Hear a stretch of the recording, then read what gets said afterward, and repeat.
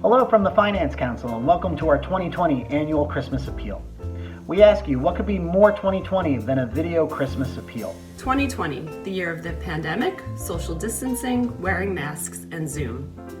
Some of your more meaningful interactions this year have likely taken place on video conferencing app like Zoom. So we may be wearing thin, but we are going to ask you to endure one more video message. After much discussion, the council decided that this year's Christmas gift to our church will be applied to finishing the work we began in the summer of 2019 by completing the plaster restoration in the sanctuary and renewing the high altars. When the ceiling in the nave of the church collapsed due to the extensive water leaking from the roof, the ceiling area around the altar was damaged as well. Because there was no immediate danger, except possibly to the celebrant, and because we had to vacate St. Peter's, we moved back into our spiritual home with some needed work unfortunately left undone. We simply ran out of time. The monies collected during the annual Christmas appeal will help rebuild the altars and the sanctuary area.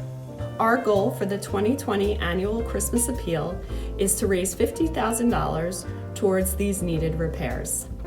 This amount won't cover all of the needed repairs, but will be a significant down payment. We understand 2020 has been difficult on many of us on so many levels. To the extent that you can, we ask that you give what you're able. The church ceiling collapsed, as you may remember, in early 2019. Thankfully, it happened before the start of Mass, so no one was in the pews or was hurt. It was costly to repair the crumbling plaster ceiling and the damaged flooring of the church. The flooring was already in bad shape and was unavoidably trashed during the ceiling repairs. Over time, water leaking from the roof also damaged the ceiling in the sanctuary area. Some of the damage is plainly visible. If you have watched any of the streamed masses, you've seen the cracks in the sanctuary wall.